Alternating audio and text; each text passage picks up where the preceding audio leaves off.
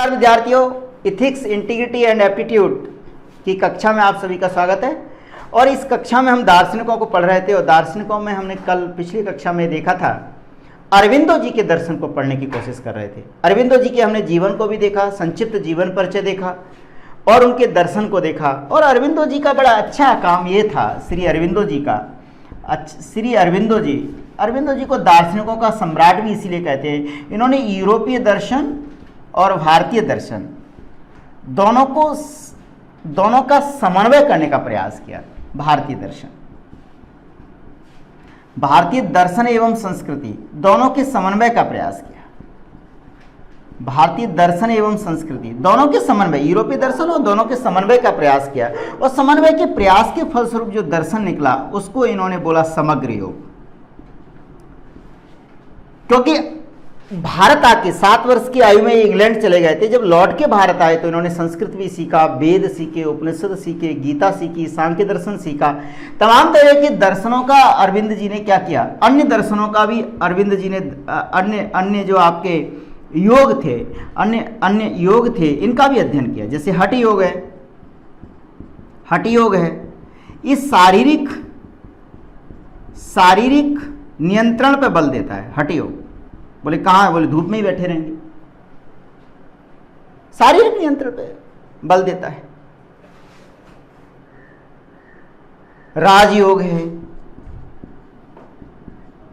हठ योग है, राजयोग है, ज्ञान योग है, ये ज्ञान पे बल देता है। बात समझ पा रहे हैं? तो इस तरह के जितने भी योग यहां पे चल रहे थे, अन्य योग जितने भी थे, ये शारीरिक नियंत्रण पे ध्यान देता है। ये अन्य योग जितने भी वहां पे चल रहे थे उस समय, वर्तमान में, ये सब योग क्या करते थे? ये सभी योगों का एक ही तात्पर्य था, ये आत्मा है, ये परमात्मा है। दिस इज परमात्मा और ये आत्मा है। और आत्मा किसके अंदर है बेटा? जीव के अंदर है। तो अन्य दर्शन क्या करते थे कि जीव का परमात्मा में विलय हो जाए। तो अन्य योग जितने भी थे समग्र योग के अलावा, ये क्या करते थे? बोले ये जीव अर्थात आत्मा का कहां विलय करते थे? परमात्मा में। परमात्मा में विलय हो जाए, आत्मा का परमात्मा में विलय हो जाए। अन्य सभी दर्शन यही करने की कोशिश करते थे। अन्य सभी दर्शन यही करने की कोशिश करते थे कि आत्मा का परमात्मा में विलय हो जाए। बहुत बढ़िया।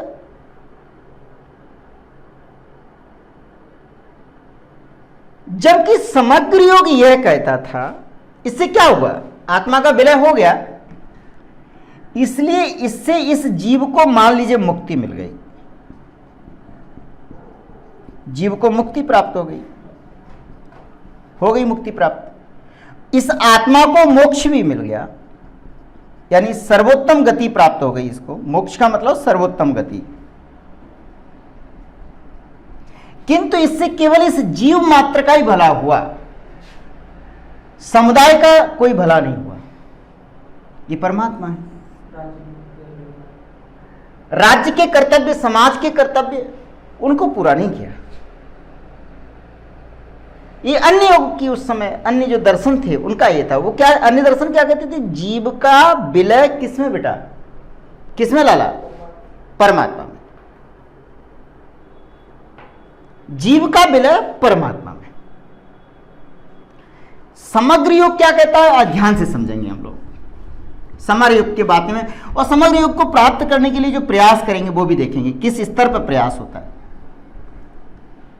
समग्र योग क्या करता है? समग्र योग की अवधारणा क्या है? समग्र योग का प्रयास यह रहता है कि आत्मा के अंदर से जीवन को प्राप्त करना। आत्मा के अंदर से जीवन को प्राप्त करना।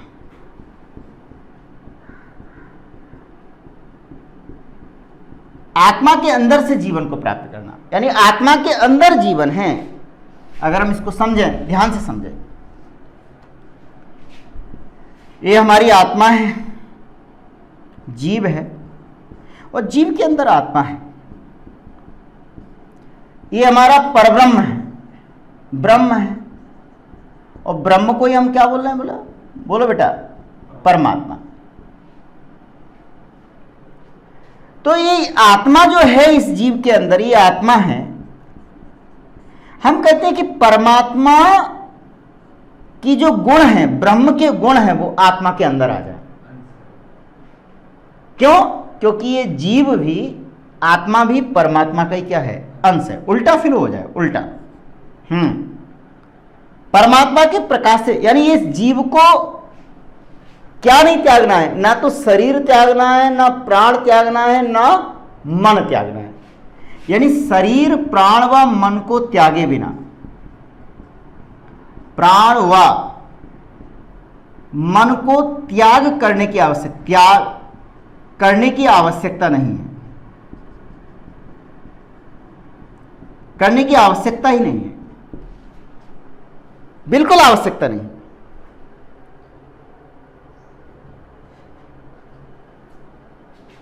त्यागे बिना, यानी इसका मतलब क्या है? मनुष्य मात्र के अंदर भगवान की क्या हो जाए बेटा? उपस्थिति हो जाए। अर्थात मनुष्य मात्र के अंदर ईश्वर की उपस्थिति, ईश्वर की उपस्थिति। जब इस आत्मा के अंदर ईश्वरीय गुण आ जाएंगे, ईश्वरीय गुण आ जाएंगे, तो कैसा काम करेगा? कैसा काम करेगा? बोलो ना।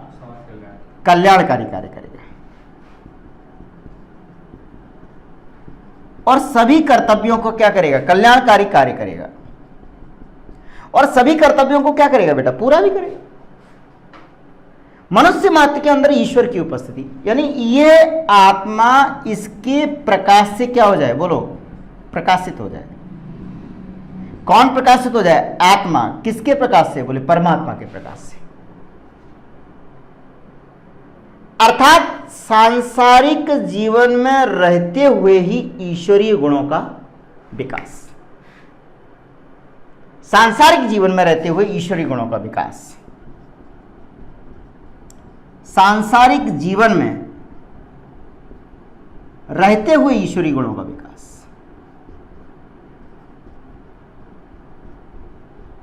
यह समग्र योग है। कोई चीज त्यागनी नहीं है, त्यागनी नहीं है, ईश्वरीय गुणों का विकास। जैसे रैदास भक्त हुए, चमड़े का कार्य करते थे, मन चंगा तो कठौती में गंगा। बोले, अगर आपके अंदर आत्मिक विकास आपका हो गया है तो गंगा स्नान करने की आवश्यकता नहीं है, जो कि अभी गंगा में लोग जाते हैं, अपने पापों को धोते हैं, वहां जाने की आवश्यकता नहीं है। बोले, क्या? अगर आपके आत्मा का शुद्धिकरण हो गया है, आत्मा परमात्मा के प्रकाश से क्या हो गई है? प्रकाशित हो गई है, तो फिर उस जो कठौती है, जो गंदा पानी है उनका, वही गंगा के समान है। ईश्वरीय होना चाहिए।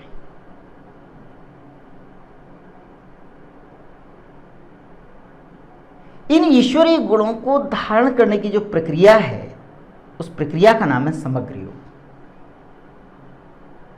समग्र योग की अवधारणा यह है, और ये जो योग है वो पूर्ण योग का दर्जा है, व्यक्ति को पूर्णता प्रदान करता है। ये समग्र योग क्या करता है बेटा? व्यक्ति को पूर्णता प्रदान करता है, आधा अधूरा नहीं। यानी सांसारिक जीवन जीते हुए उच्च आध्यात्मिक दर्जा। भगवान श्री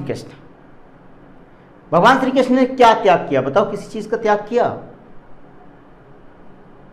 बोलो ना भाई। सब लोग कृष्ण बनना चाहते हैं। 16,108 तो उनकी रानियां थी, वैलिड।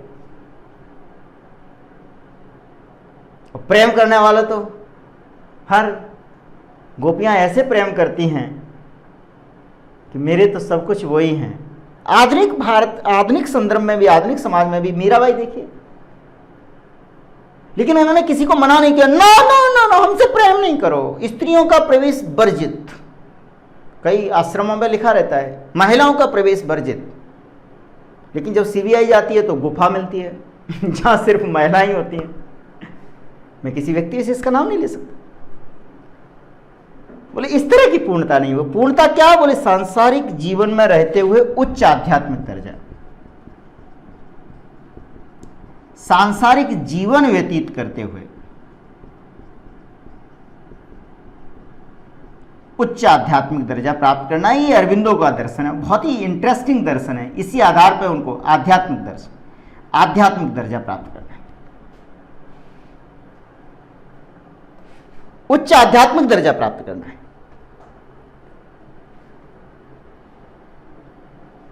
इससे क्या होगा?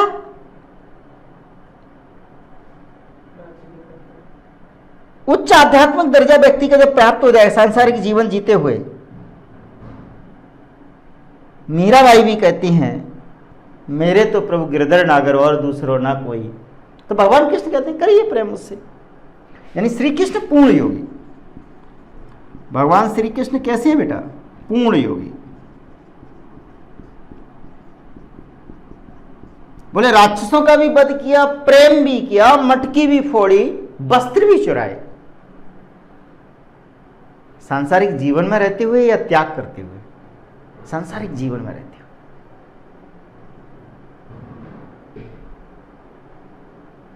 और गोपियां फिर भी पागल है। उद्धव कहते हैं कोई कृष्ण विष्णु नहीं है, इनके चक्कर में मत पड़ो। गोपियां कहती क्यों? बोले ज्ञान योग करो। ज्ञान योग अपन ने लिखा ना, ज्ञान योग। ज्ञान योग क्या करेगा? कुछ इंद्रियों का दमन करेगा और कुछ को क्या करेगा? सक्रिय करेगा। ज्ञान योग, कोई भी योग होगा वो क्या करेगा? कुछ इंद्रियों का दमन और कुछ को क्या करेगा? अति सक्रिय करेगा। तो उद्धव जी कहते हैं गोपियों से कृष्ण को मत मानो। गोपियां कहती हैं हे उद्धव तुम चले जाओ यहां से, निपिटोगे हमारे हाथ। बोले क्यों? बोले उद्धव मन न भये 10-20, एक होतो सो गयो श्याम संग को आराधईस। 10-20 मन नहीं है, हमने प्रेम किया है। हम तो प्रेम के रूप में कृष्ण को प्राप्त करना चाहते हैं, ज्ञान के रूप में नहीं। आप ज्ञान के रूप में प्राप्त करिए। कोई प्रेम के रूप में प्राप्त कर रहा है, कोई ज्ञान के रूप में प्राप्त कर रहा है, कोई सखा मान रहा है, कोई पति मान रहा है। आज भी एक संप्रदाय है जो भगवान कृष्ण को अपना पति मानता है। महिलाएं पति माने तो ठीक है, पुरुष भी इनको पति मानने लगे हैं, तो फिर तो कृष्ण के प्रति सहानुभूति बनती है। IG पांड्या थे उत्तर प्रदेश में, वो अपने आप को राधा मानते थे और भगवान कृष्ण को क्या मानते थे? IPS थे, भारतीय पुलिस सेवा के अधिकारी थे, लेकिन उनका मनोवृत्ति इस तरह से बदला कि कृष्ण को अपना पति मानने लगे। बात समझ रहे हैं ना? पूर्ण योग का मतलब समझते हैं? सब कुछ करिएगा, संयमित होकर करिए। और कैसे करिए? बोले जब ये प्रकाशित हो जाएगी, आत्मा प्रकाशित हो जाएगी, इससे क्या होगा? इससे होगा क्या? इस समग्र योग में क्या होगा? बोले हम इस संसार को मिथ्या नहीं मानेंगे। संसार को मिथ्या कहना और पारलौकिक संबंध रखते संसार को मिथ्या, स्वप्न, माया कहना ये ठीक नहीं है। समग्र समग्र क्या करेगा? बोले संसार मिथ्या नहीं है, संसार मिथ्या नहीं है। बोले क्या है? बोले ये माया भी नहीं है।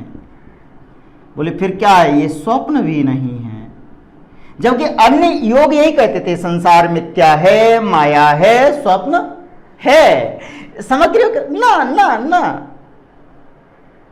ना तो जबकि संसार वास्तव में क्या है? वास्तविक है, वास्तविक है।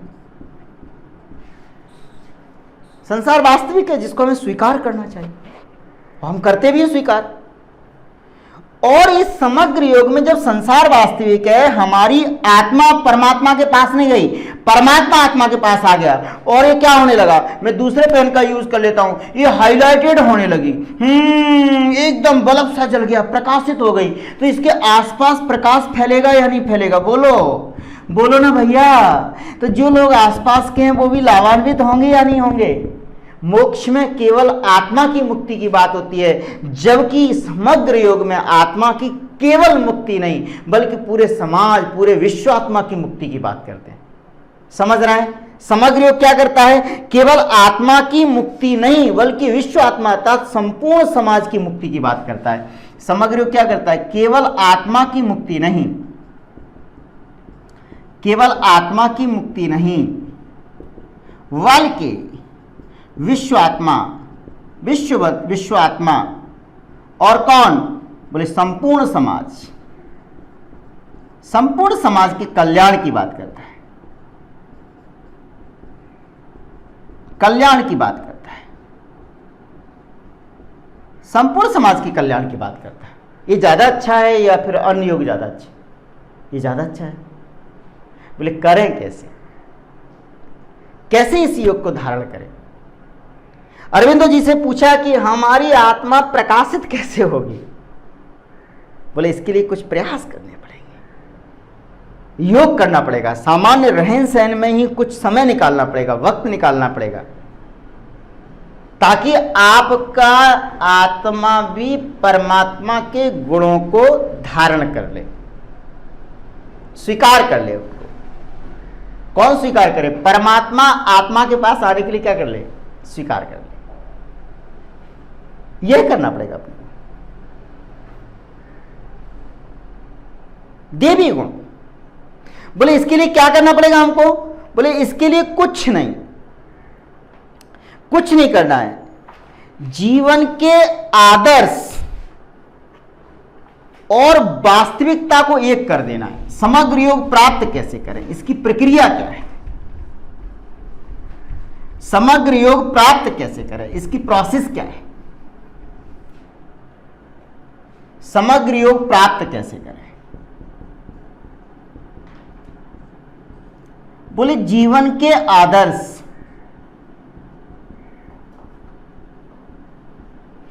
और वास्तविकता को एक कर देना है। वास्तविकता को एक कर देना है। बहुत बढ़िया। जीवन के आदर्शवादी चीजें, आदर्श का मतलब क्या करना चाहिए, आदर्श का मतलब होता है चाहिए, क्या होना चाहिए। और वास्तविकता का अर्थ क्या होता है बेटा? क्या है, अभी वर्तमान में क्या आपके पास उपलब्ध है। बोले होना तो चाहिए हम एसडीएम बने, क्या है अभी एक्चुअल में है क्या? बोले कुछ नहीं। एक कोरोना में पैंडेमिक के दौरान, लॉकडाउन के दौरान घर में बैठे हैं, अध्ययन कर रहे हैं, प्रारंभिक परीक्षा का भी रिजल्ट भी नहीं आया है, तो ये भी नहीं कह सकते कि हमारा निश्चित रूप से चयन हो रहा है। अनुमान लगा सकते, प्रेडिक्शंस है, प्रोबेबिलिस्टिक है, मैथमेटिक्स की भाषा में क्या बोलते हैं इसको? प्रायिकता है। तो इन दोनों को एक कर दो। बोले क्या होना चाहिए ये तब प्राप्त होगा जब क्या है ठीक हो जाए। यानी होना चाहिए को अपन कहां लेके आ जाए? एसडीएम बनना है तो बोलो बोलो बोलो पढ़ना पड़ेगा ना। यानी उच्च चेतन अवस्था प्राप्त कर लेना। क्या प्राप्त कर लेना लाला? उच्च चेतन अवस्था, उच्च चेतन अवस्था प्राप्त कर लेना। चेतन अवस्था प्राप्त कर लेना। बहुत बढ़िया। उच्च चेतन अवस्था प्राप्त कर लेना अर्थात मनुष्य में ईश्वर आ जाए। किसमें ईश्वर आ जाए? बोलो बोलो ना लाला, किसमें ईश्वर आ जाए? बोलो ना भाई, ईश्वर आ जाए, मनुष्य में ईश्वर आ जाए।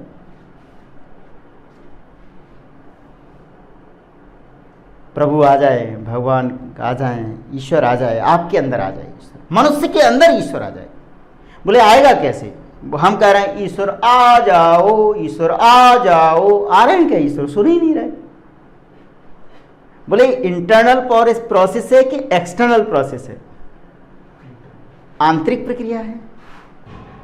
ईश्वर कभी फोन करके कहेंगे sorry there is a lockdown in India so that I can't come? 2 गज की दूरी रखेंगे। जब 2 गज की दूरी रखेंगे तो आत्मा आएगी कैसे? इसकी एक चरण है, प्रोसेस है, आत्मा की एक प्रक्रिया है कि हम आत्मा को परमात्मा के स्तर पर ले जाना चाहते हैं। इस प्रक्रिया को, कई बार ये प्रक्रिया ही पूछ लेते हैं, उस प्रक्रिया को कैसे समझने की कोशिश करते हैं। मान लीजिए आप केवल आपने जन्म लिया है, ईश्वर अंश जीव अविनाशी चेतन अमल सहज सुख राशि। ईश्वर का ही अंश है कौन, बोलो ना, जीव। और जब यहां जीव पैदा होता है तो वो निम्न स्तर पर रहता है, दूध के लिए रोता है, मम्मा दूध। आजकल तो बच्चे बहुत स्वतंत्र हो गए, मम्मा भूख लगी है, बोले कौन सी वाली, मैगी वाली, मम्मा करी पराठा खा ले, दलिया खा ले, सॉरी। अब मम्मा पीट भी नहीं सकती क्योंकि बाल अधिकार आयोग, मानव अधिकार आयोग, अपने समय कोई आयोग नहीं चलता था। अगर मम्मी से कोई भूख लगी है पराठा खाना, बोले दलिया खा लो, खिचड़ी खा लो, बोले नहीं तो धाएं धाएं धाएं, बोले भूख समाप्त, है ना, कोई अवसर ही नहीं। तो निम्न स्तर पर रहती है आत्मा। शुरू में कहाँ रहती है बेटा, निम्न स्तर पर। तो पहली जो प्रक्रिया होती है वो आत्मिकता की प्रक्रिया होती है। पहली जो प्रक्रिया होती है वो आत्मिकता की प्रक्रिया होती है, आत्मिकता की प्रक्रिया है पहली प्रोसेस जो है, आत्मिकता की प्रक्रिया है। इसमें क्या होता है, आत्मा निम्न स्तर से उच्च स्तर पर जाती है। शुरू में हमारे अंदर देवी गुणों का विकास हो रहा है। इस प्रोसेस में क्या होती है, आत्मा, देखिए स्तर तो ये है ना, बोलो ना, बोलो ना लाला, ये आत्मा है, ये निम्न स्तर है, ये परमात्मा है, परमात्मा है, ये आत्मा है। तो पहली प्रोसेस होती है आत्मिकता की प्रक्रिया। इसमें आत्मा निम्न स्तर से कहां जाती है, उच्च स्तर, निम्न स्तर से उच्च स्तर पर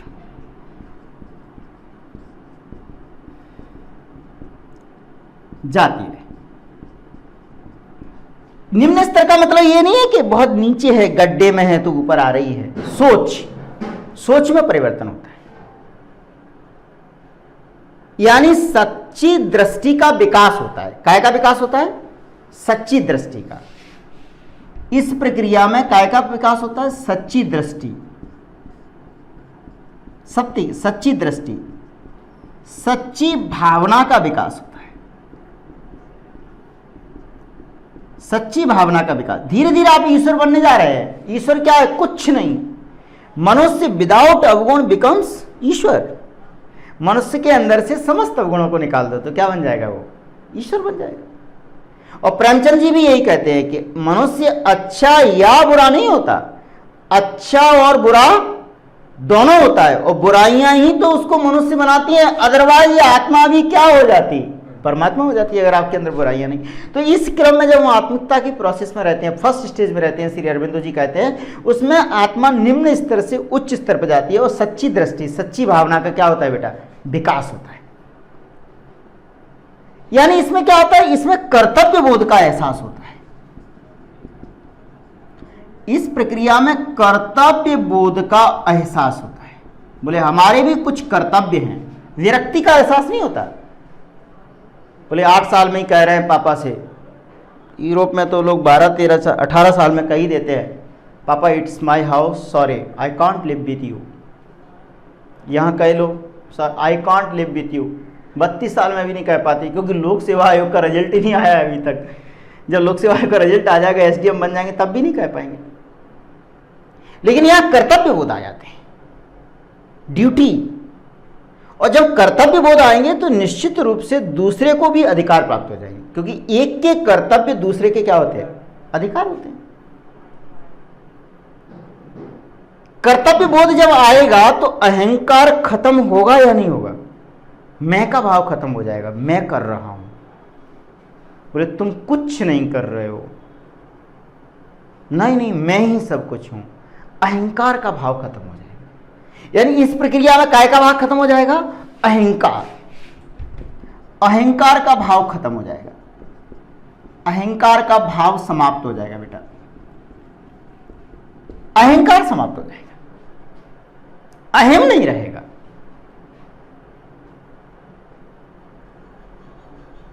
अहम नहीं रहेगा तो बोलो, जब घमंड ही नहीं है किसी बात का, मैं क्या कर रहा हूँ, कुछ नहीं कर रहा हूँ, देनहार कोई और है, भेजत सो दिन रैन, लोग भरम हम पर करें ताते नीचे ने, करते हो तुम कन्हैया मेरा नाम हो रहा है आपकी दया से। जब है ही नहीं, अर्थात परमात्मा के गुण आ गए या नहीं आ गए। कई लोग कहते हैं मैंने तुमको पढ़ाया इसलिए एसडीएम बन गए। हट, झूठ बोलते हो। अगर ऐसा ही होता तो तुम क्यों नहीं बने? आपने नहीं पढ़ाया, आपने उसको मार्गदर्शन दिया, उसने स्वयं मेहनत की, आपने कुछ नहीं किया, आप तो एक निमित्त मात्र बन गए। कई लोग कहते हैं मैं नहीं होता तो ये नहीं होता। अरे तुम नहीं होते तो ना होके देख लो, जब तुम नहीं भी थे तब भी ये संसार था, और जब तुम नहीं भी रहोगे तब भी ये संसार रहेगा। ये अहंकार खत्म हो जाना चाहिए। कई लोग कह देते हैं कि मैं आया तो देश में विकास होने लगा, 70 साल में देश ने कुछ नहीं किया। ऐसा नहीं है, आप नहीं भी रहेंगे तब भी देश विकास करेगा। सरकारें आएंगी जाएंगी, पार्टियां बनेंगी बिगड़ेंगी, ये देश रहना चाहिए और देश रहेगा। कुछ राजनेता इस तरह से ही बोलते हैं, ये अहंकार के भाव नहीं है। बोले मैं नहीं कर रहा हूं, अपने आप हो रहा है, मैं तो एक माध्यम हूं। अहंकार खत्म हो जाए और क्या खत्म हो जाए? बोले वासना समाप्त हो जाए, वासना का समापन हो जाए, वासना का भाव समाप्त हो जाए। पहली प्रोसेस में इतना हो जाए। वासना नहीं, वासना की जगह क्या आ जाए? बोलो बेटा, संयम आ जाए। वासना की जगह किसका विकास हो जाए? बोलो बेटा, यहां लिख देते हैं। वासना की जगह किसका विकास हो जाए? बोले संयम का विकास हो जाए।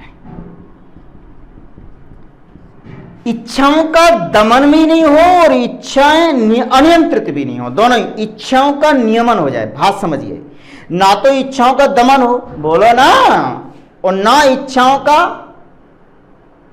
क्या हो, नियंत्रण से बाहर हो। मतलब ना इच्छाओं का, ना ही इच्छाओं का दमन हो, इच्छाओं का दमन हो। अगर इच्छाओं का दमन हो गया तो इच्छाएं क्या हो जाएंगी? कुंठा में कन्वर्टित हो जाएंगी। तब व्यक्ति कुंठित व्यक्तित्व हो जाए, और कुंठित व्यक्तित्व ईश्वर क्या बनेगा? कुछ नहीं, कुंठित व्यक्ति हो जाएगा। अगर इच्छाएं दमित नहीं हुई तो व्यक्ति के अंदर क्या आ जाएगी? कुंठा आ जाएगी। और हमको कुंठित समाज चाहिए या खुशहाल समाज चाहिए? और ना ही इच्छाओं का क्या हो बेटा? ना ही इच्छाएं अनियंत्रित हों, अनियंत्रित हों, बल्कि इच्छाएं क्या हो बेटा? इच्छाओं का, संयम का अर्थ क्या होता है? बोले इच्छाओं का नियमन हो, रेगुलेशन हो, नियमन हो। कुछ लोग कहते हैं हम शादी नहीं करेंगे, हम अपनी इच्छाओं को दमित कर रहे हैं। कर लो, कुंठित हो जाओगे। हालांकि शादी होने की संभावना भी आजकल कमी है, क्योंकि एसडीएम बनेंगे तभी होगी ना, वैसे तो होगी नहीं। कई लोग कहते हैं नहीं, शादी वादी कुछ नहीं है, हम तो अनियंत्रित भोग, यूरोपीय समाज, पश्चिमी समाज की दिशा में जाएंगे। बोले जाओ, जब तक जाओगे तब तक जाओगे, गुफा में रह के कर सकते हो, लेकिन जब सीबीआई गुफा में जाएगी तो फिर तो भगवान कृष्ण मंदिर के ही दर्शन होंगे, जेल में ही जाना पड़ेगा। तो इच्छाओं का क्या होना चाहिए? नियमन होना चाहिए। नियमन होना चाहिए, इसका मतलब समझ रहे, इसी को बोलते हैं संयम, और इसी को बोलते हैं वासना का भाव क्या हो गया मित्रों? समाप्त हो गया। और पहली आत्मिकता की प्रक्रिया है आवेग नष्ट हो जाए, और इसमें आत्मा के निम्न स्तर से उच्च स्तर में जाने में अगली कदम क्या है बेटा? बोले आवेग नष्ट हो जाए। आवेग, आवेग नष्ट हो जाए। इस प्रक्रिया में पहली प्रोसेस में क्या हो जाए बेटा? आवेग नष्ट हो जाए। आवेग मतलब एकदम क्रोध आ जाता है, एकदम नाले की, ऐसे नहीं बहना, नाले की तरह नहीं, नदी की तरह मंद गति से, स्थिर गति से आपको अपना व्यवहार रखना है। गीता में इसको बोलते हैं, गीता का अध्ययन भी अरविंदो जी ने बहुत किया। गीता में इसको बोलते हैं स्थित प्रज्ञ व्यक्ति हो जाए, न दुख में दुखी है न सुख में। ईश्वर ऐसे ही तो होता है, घोर कष्टों को भी सहन करने की क्या हो? क्षमता हो। दुख नहीं, आवेग नहीं आए कि एकदम खुश हो गए तो तालियां बजाने लगे, कई बार इतने लोग खुश हो जाते हैं कि विधानसभा में भी सांस्कृतिक कार्यक्रम, सांस्कृतिक दर्शन करने लगते हैं अपने अपने मोबाइल पे। ये भी आवेग नहीं होना चाहिए। किस तरह से व्यवहार करना है, ईश्वरीय व्यवहार करना है। तो पहली प्रोसेस में आत्मा के अंदर यह परिवर्तन होता है। इस प्रक्रिया को हम लोग बोलते हैं आत्मिकता की प्रक्रिया। इसमें अहंकार चला जाता है, कर्तव्य बोध आ जाता है, वासना खत्म हो जाती है, आवेग नष्ट हो जाते हैं और व्यक्ति ईश्वर की तरफ धीमे धीमे धीमे धीमे क्या होता है, ईश्वर में विलय नहीं होगा, ईश्वर के गुणों को अपने अंदर लेके आने लगता है। बात समझ रहे हैं या नहीं? अब इसके बाद अगली जो प्रक्रिया होती है, जैसे ही आत्मा आपकी इस स्तर पे आ गई तो दूसरी जो प्रक्रिया है समग्र योग की, वो है आध्यात्मिकता की प्रक्रिया। दूसरा जो चरण है समग्र योग का, के दर्शन की जो पहली जो प्रक्रिया थी वो आत्मिकता की प्रक्रिया थी। समग्र योग की दूसरी जो प्रक्रिया है, बोले आत्मा ईश्वर का रूप धारण कर रही है। आत्मा आज क्या बनने जा रही है लाला? आत्मा ईश्वर बनने जा रही है। क्या बनने जा रही है? बोलो ना भैया, ईश्वर बनने जा रही है। और ईश्वर ये उस तरह से थोड़ा कबीरदास के संबंध में भी है कि नैनों की कर कोठरी, याद आ रहा है कि नहीं आ रहा? पुतरी पलंग बिछाए, पलकों की चिक डार के पिय को लिया रिझाए। प्रियतम अर्थात कौन? कौन? परमात्मा। कहाँ आ गया? अंदर आ गया। क्या? नैनों की कर कोठरी, नैन जो नेत्र हैं उनको एक कमरा बना लो, पुतरी पलंग बिछाए, और नैन की जो पुतली है उसको पलंग का दर्जा दे दिया। नहीं, नैनों की कर कोठरी, पुतरी पलंग बिछाए, पलकों की चिक डार के। जब प्रीतम अंदर आ गया तो दरवाजा बंद करेंगे या खोल देंगे? बंद करेंगे। यानी पलकों का क्या डाल दो? पर्दा डाल दो। पिय को लिया रिझाए, अपने प्रियतम को प्रसन्न करने का प्रयास कर रहे हैं। यानी अब ईश्वर कहाँ आ रहा है? परमात्मा धीरे धीरे धीरे धीमे धीमे धीमे धीमे चल रहा है। लॉकडाउन है तब भी आएगा, आज जरूर आएगा। तो दूसरी आत्मा की जो प्रक्रिया रहती है वो रहती है आध्यात्मिकता की प्रक्रिया। दूसरी स्टेज रहती है आध्यात्मिकता की प्रक्रिया।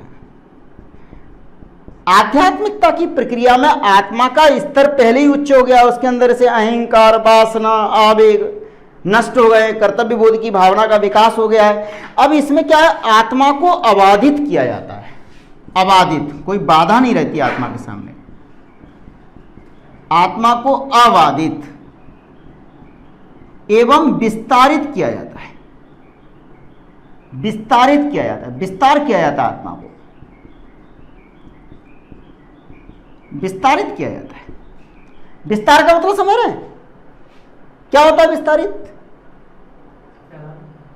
फैलाना, एक्सपेंशन। बोले क्या? बोले अब ये नहीं कि हमारा भाई है, हमारा पति है, हमारा पत्नी है, नहीं, वसुधैव कुटुंबकम, सब कुछ अपना। ईश्वर के लिए सब एक जैसे हैं या नहीं? साईं के सब जीव है, कीरी कुंजर दोय। बोले केवल मनुष्यों के लिए भी या प्राणी मात्र के लिए भी? बोले प्राणी मात्र के लिए भी आत्मा का विस्तार होना चाहिए। अयम निजः परो वेति गणना लघु चेतसाम, उदार चरिता नाम तु वसुधैव कुटुंबकम। यह मेरा है, ये पराया है, ऐसी गणना नहीं करती है इस तरह की आत्मा। उदार हृदय वसुधैव कुटुंबकम, ये दर्शन है, आध्यात्मिकता की प्रक्रिया है। आत्मा को अबाधित एवं विस्तारित किया जाता है। बोले हमारे यहाँ कोरोना है, लेकिन यदि अमेरिका अगर मलेरिया की दवाई मांगेगा तो हम मना करेंगे या दे देंगे? कनाडा को दे दिया और वहां के ब्राजील को भी दे दिया था। ब्राजील के राष्ट्राध्यक्ष ने तो ये कहा था कि हनुमान जी की तरह सजीवन बूटी हमारे यहाँ आ गई, भारत ने दे दिया। वसुधैव कुटुंबकम। ये व्यक्ति के स्तर पर भी यही विचार होना चाहिए और राष्ट्र के स्तर पर भी यही विचार होना चाहिए।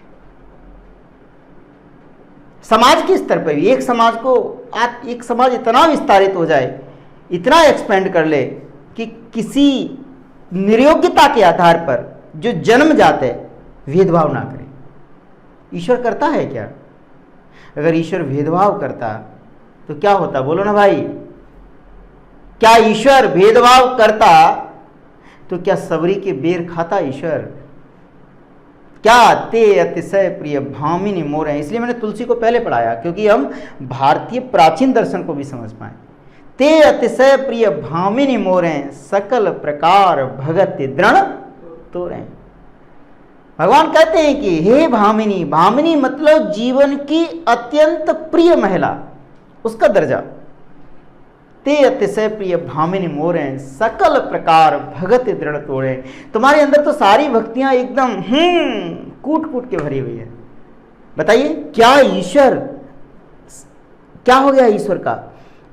आत्मा विस्तारित हो गई या नहीं हो गई? सबको अपना मानती है। लोग भले ही आपको नहीं माने, लेकिन आप अपना मानते हैं। मानते रहिए, मानते रहिए। एक समय ऐसा आएगा कि लोगों को ये स्वीकार करना ही पड़ेगा कि इसकी आत्मा का क्या हो चुका है, विस्तार हो चुका है, आबादित हो गई है। बोलो ना भाई, बोलो हाँ या ना। बोले क्या प्राप्त हो जाता है इस स्थिति में? बोले शक्ति प्राप्त होती है, शक्ति प्राप्त होती है आत्मा को। आध्यात्मिकता की प्रक्रिया में पावर आती है। और बोले क्या? बोले ज्ञान की प्राप्ति होती है, ज्ञान की प्राप्ति होती है,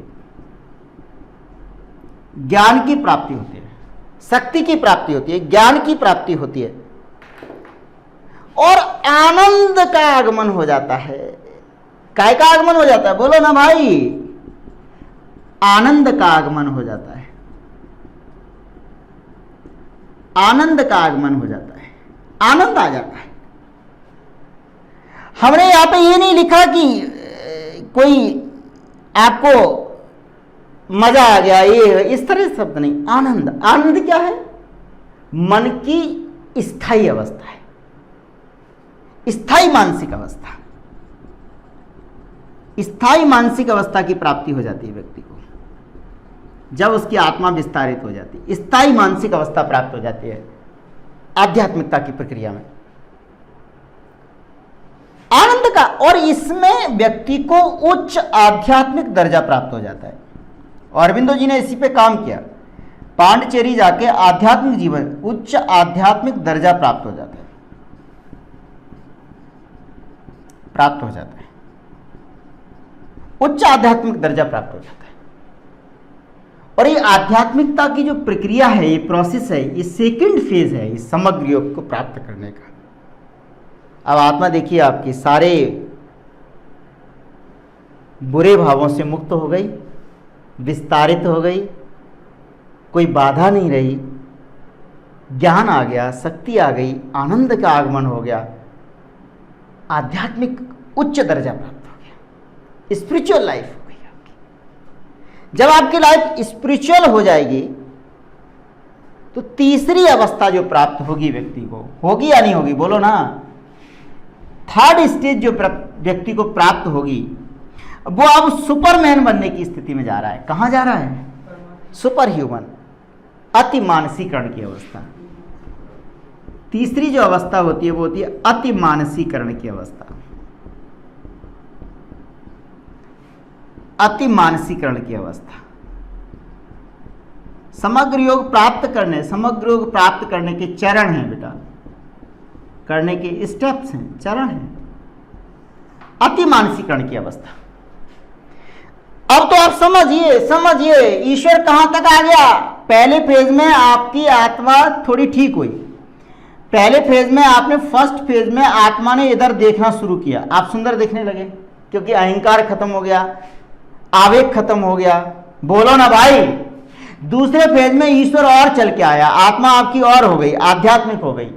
अब तो कहां आ गया? बिल्कुल आपके दरवाजे पे, दरवाजा खटखटा रहा है, ट्रिंग ट्रिंग ट्रिंग। आत्मा कह रही कौन? बोले मैं परमात्मा। बोले क्यों आए हो? बोले आपकी आत्मा को प्रकाशित करने। इस प्रक्रिया को क्या बोलेंगे? अति मानसीकरण की प्रक्रिया। यानी अति मानसीकरण की प्रक्रिया में क्या होता है? आत्मा ईश्वरीय शक्ति प्राप्त कर लेती है। आत्मा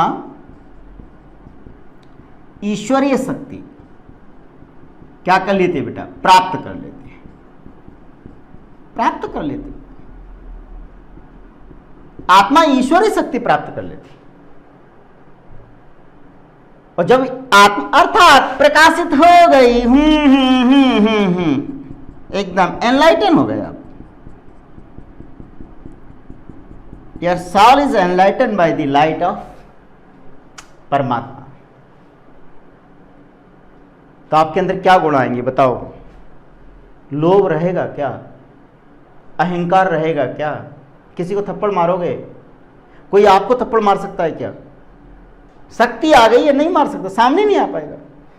भगवान क्या कहते हैं? आपके सामने वही व्यक्ति आ पाएगा या जो आएगा वो आपके गुणों से इतना प्रभावित हो जाएगा कि उसके जो दुर्गुण हैं वो स्वतः क्या हो जाएंगे? समाप्त हो जाएंगे। क्या कहते हैं ईश्वर? कि सन्मुख होए जीव मोह जवही, जन्म कोटि अघ नासे तवही। व्यक्ति मेरे जैसे ही सम्मुख आता है उसके समस्त करोड़ों जन्मों के पाप क्या हो जाते हैं? नष्ट हो जाते हैं। ये परमात्मा का प्रकाशित होना है। कई जो छदम परमात्मा संसार में घूम रहे हैं उनके जाते ही दुर्गुणों का क्या हो जाता है? सामने आते ही विकास हो जाता है। ऐसे परमात्माओं से बचने का प्रयास करना चाहिए। और वो व्यक्ति सांसारिक कार्य करेगा या नहीं करेगा? करेगा। भगवान कृष्ण भी क्या करेंगे? पर्वत को उठाएंगे। क्यों उठाएंगे? क्योंकि गोकुल वालों को बचाना है, कृषि कार्य करवाना है, जनता का भरण पोषण करना है, कल्याणकारी कार्य करना है। इस अवस्था में जो आत्मा की स्थिति होती है वो अद्वैत भाव आ जाता है। अद्वैत भाव आ जाता है। अद्वैत भाव आ जाता है। अद्वैत भाव का मतलब अ माने नहीं, द्वैत माने दो। अब दो नहीं है। बोले आत्मा और परमात्मा दो अलग अलग नहीं है। अद्वैत का मतलब अब आत्मा व परमात्मा में अंतर नहीं है। आत्मा व परमात्मा में अंतर नहीं है, किसी प्रकार का अंतर नहीं। अद्वैत भाव आ गया। बोले कौन सा? बोले कबीर वाला कि जल में कुंभ। आपने कबीरदास पढ़े हैं, मेरे वीडियो में पढ़े होंगे, आपको मेरी कसम है, मान लो पढ़ लेना, नहीं तो मैं टाइम हो जाएगा, फिर निपट जाऊंगा, गड़बड़ हो जाएगी ना, इसलिए आप सब लोग पढ़ना। जल में कुंभ, कुंभ में जल है, बाहर भीतर पानी, फूटा कुंभ जल जल है समाना, ये तत् कहीं है ज्ञानी। घड़ा है ना, घड़े के अंदर पानी भरा है समुद्र में, तो घड़े के अंदर का पानी आत्मा, बाहर का पानी परमात्मा। इस स्थिति में अतिमानसीकरण की प्रक्रिया में घड़ा फूट गया। आत्मा का भी जल क्या? परमात्मा का जल कहां आ गया? आत्मा में आ गया। अद्वैत भाव खत्म हो गया। आत्मा और परमात्मा अलग अलग नहीं है। जब अद्वैत भाव खत्म होता है तो आत्मा की स्थिति क्या होती है? बोले आत्मा के अंदर अचंचलता आ जाती है। आत्मा का विकास क्या होता है? बोले इसमें क्या आ जाता है? बोले अचंचलता। अब चंचल मन नहीं रहता, अचंचलता आ जाती है, स्थिरता आ जाती है, मोह है ही नहीं। और तुलसी भी कहते हैं कि मोह सकल व्याधिन कर मूला। मोह समस्त व्याधियों की जड़ है। मोह ही तो है। उनका फोन नहीं आ रहा, रो रहे हैं। काहे रो रहे हो? वो सो रहे हैं इसलिए फोन नहीं आ रहा। कई लोग रात को फोन लगाते हैं 11 बार 15 बार 20 बार, उठता ही नहीं, परेशान हो जाते हैं। और कई लोगों का फोन इतने समय तक नहीं उठता है कि लोग संसार को भी त्याग देते हैं, पंखे से लटक जाते हैं। तो आत्महत्या समाधान नहीं है। आत्महत्या की बजाय आप क्या करो? अपनी आत्मा को परमात्मा के प्रकाश से क्या करो? प्रकाशित करो। आत्महत्या का मतलब इस संसार को छोड़ना है। उसकी बजाय पहले स्थान को छोड़ दो। स्थान छोड़ के नए लोगों के बीच में जाओ। नए लोगों के बीच में जाने का मतलब यह है कि कोई कार्य ऐसा करे जिसमें आपको ठीक लगे। कौन सी प्रक्रिया? आत्मिकता की प्रक्रिया लेके आए, फिर आध्यात्मिकता की प्रक्रिया लेके आए, फिर अतिमानसीकरण की प्रक्रिया। बोले अचंचलता आ जाए, चंचल मन नहीं रहे। अचंचलता के साथ क्या आ जाए? बोले स्थिरता आ जाए। स्थिरता आ जाए, स्टेबिलिटी आ जाए। लोग स्थिर नहीं रहते। लोग कहते ना तुम मेरे जीवन का, तुम 2020 का पहला और मेरे जीवन का 10वां प्यार हो, ऐसे बोलते ना। स्थिरता नहीं है, ऐसे लोग बोलते हैं ना। तुम 2020 का प्रथम और मेरे जीवन का 10वां प्रेम हो, हे प्रिय मुझे स्वीकार करो। प्रिय भी कहती है तुम भी 2020 के दूसरे जीवन के 15वें प्रेम हो, स्वीकार करते हैं। स्थिरता नहीं। एक नया टर्मोलॉजी इंजीनियरिंग डिक्शनरी में चलती है, इंजीनियरिंग बच्चों के बीच में अक्सर मैं रहता हूँ, तो फ्यूचर एक्स बॉयफ्रेंड है ना, इस तरह के, गर्लफ्रेंड एज वेल, दोनों ही।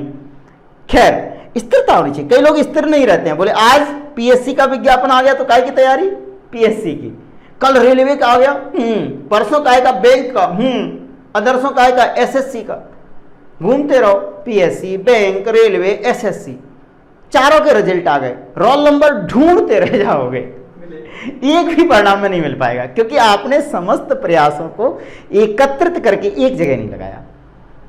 और जब आपके अंदर स्थिरता आ जाएगी, मुझे मध्य प्रदेश लोक सेवा आयोग की परीक्षा ही देनी है, चाहे भले ही कोरोना के बाद हो, आप देखिए परिणाम आपको मिलेंगे, सफलता मिलेगी। असफलता का तात्पर्य यह नहीं है कि आपके अंदर क्षमता नहीं है, बल्कि यह है कि आपने अपने समस्त प्रयासों को एकत्रित करके एक ही जगह नहीं लगाया, एक ही दिशा में लगाया। स्थिरता नहीं है आपके अंदर।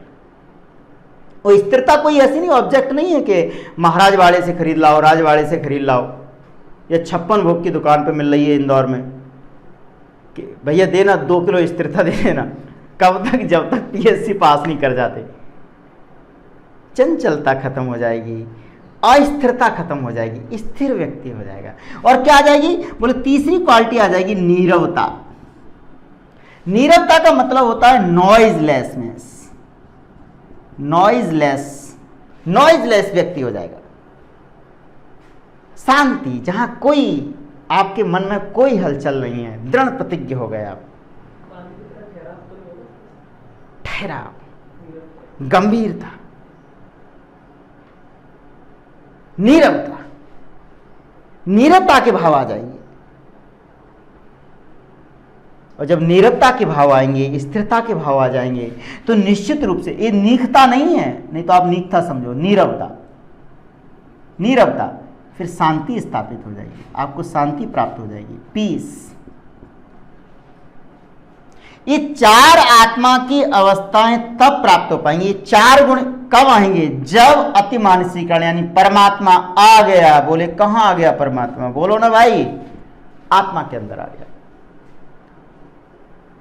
परमात्मा आत्मा के अंदर आ गया तो आपको अचंचलता भी आ गई, स्थिरता भी आ गई। स्थिरता मतलब और ये गीता में भी इसके लिए एक वर्ड है, जिसको गीता का अध्ययन किया आदरणीय श्री अरविंदो जी ने, और उसमें क्या किया, क्या अध्ययन किया, बोले स्थित प्रज्ञ व्यक्ति होना चाहिए। स्थित प्रज्ञ व्यक्ति, स्थित प्रज्ञ व्यक्ति, बोले प्रत्येक स्थिति में समान व्यवहार, प्रत्येक स्थिति में कैसा व्यवहार, बोलो बेटा, समान व्यवहार।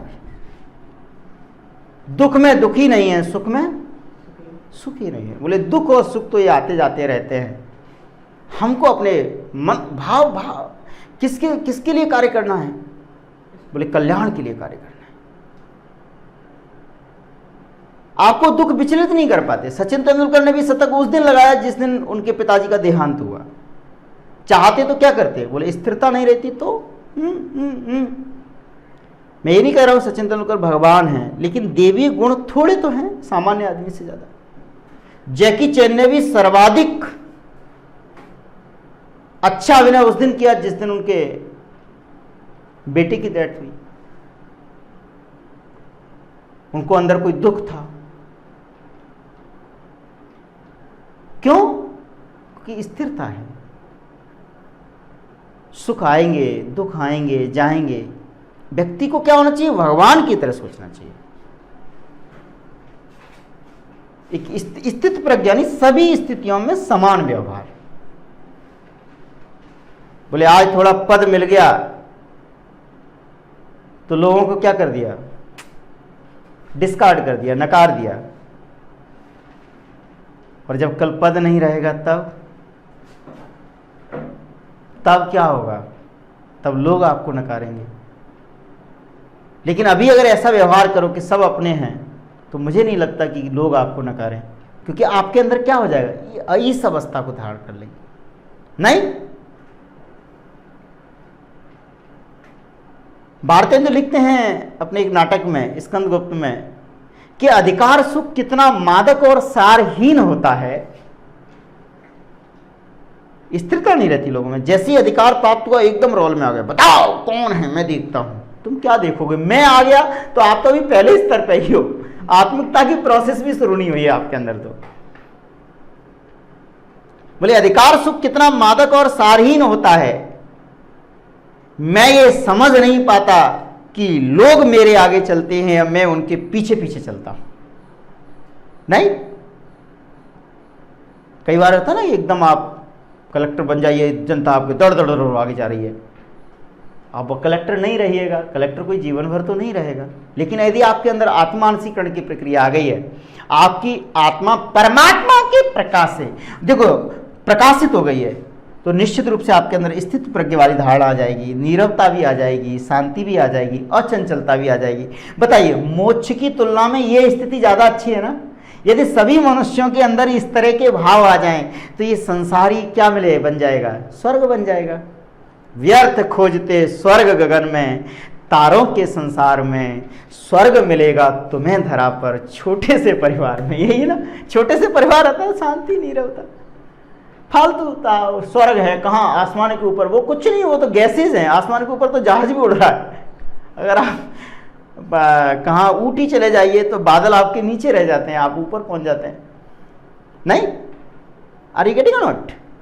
ये अतिमानसीकरण की प्रक्रिया, और अतिमानसीकरण की प्रक्रिया के बाद व्यक्ति के अंदर क्या आ जाता है, व्यक्ति के अंदर क्या हो जाता है, ये सारी चीजें आ जाती हैं, ये समस्त सारी चीजें आ जाती हैं। और ये समस्त सारी चीजों के आने से क्या होता है बेटा, सार्वभौमिकता का विकास होता है। आत्मा में काय का विकास होता है, आत्मा अर्थात जीव में काय का विकास होता है, सार्वभौमन का विकास होता है। सार्वभौमन का विकास होता है बेटा, सार्वभौमन का विकास। सार्वभौमन के विकास का तात्पर्य क्या होता है, बोले विस्तार हो जाता है। सार्वभौमन, सार्वभौमिक, विस्तार हो जाता है, विस्तार हो जाता है, विस्तार हो जाता है। वसुधैव कुटुंबकम की अवधारणा आ जाती है। वसुधैव कुटुंबकम की अवधारणा आ जाती है, कुटुंबकम की अवधारणा का विकास हो जाता है।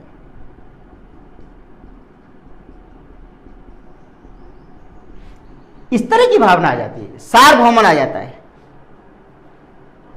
और बोले दूसरी चीज क्या आ जाती है आत्मा के अंदर? पहली चीज तो सार्वभौमन का विकास हो जाता है, दूसरी चीज क्या आ जाती है? दूसरी चीज आती है परात्मकता का भी विकास हो जाता है। परात्मकता का विकास हो जाता है। कब विकास होता है? जब अतिमानसीकरण होता है। क्या होता है बेटा? अतिमानसीकरण का विकास होता है। अतिमानसीकरण की अवस्था में परात्मकता का मतलब है पूर्ण एकत्व की प्राप्ति, पूर्ण एकत्व की प्राप्ति का एहसास। पूर्ण एकत्व की प्राप्ति का एहसास हो जाता है, पूर्ण एकत्व की प्राप्ति होती है।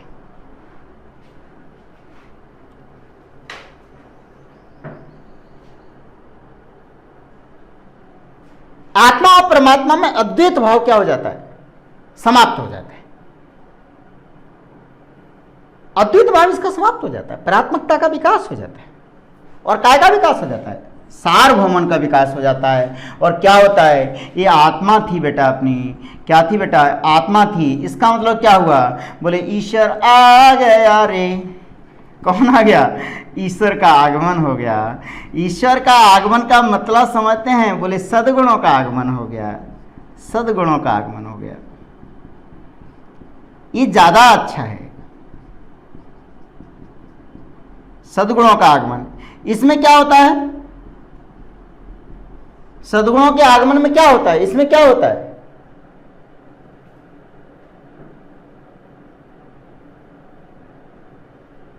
क्या होता है इस सद्गुणों के आगमन में? बोले सद्गुणों के आगमन से क्या होगा? बोले स्वयं का तो मोक्ष होगा ही होगा, विश्व आत्मा का भी क्या होगा? कल्याण होगा। स्वयं के मोक्ष के साथ विश्व का भी कल्याण, ये अतिरिक्त फायदा है। स्वयं के मोक्ष के साथ विश्व का भी कल्याण होगा बेटा। समझ रहे ना बात को। ये समग्र योग की अवधारणा है जो कि श्री अरविंदो जी का दर्शन है। इसी दर्शन के आधार पर श्री अरविंदो जी को, तो अरविंदो जी ने क्या किया, पाश्चात्य दर्शन और भारतीय दर्शन दोनों को लेकर के एक नया दर्शन प्रतिपादित कर दिया। इसलिए इन्हें दार्शनिक सम्राट भी कहा जाता है। आपके सुझाव और प्रश्न मुझे निरंतर प्राप्त होते रहे। श्री अरविंदो जी के अन्य राजनीतिक चिंतन और राष्ट्र के प्रति जो चिंतन है उनको हम अगली कक्षा में देखने का प्रयास करेंगे। आप लोग जुड़े रहिए मेरे साथ नए सुझावों के साथ, नए प्रश्नों के साथ। धन्यवाद।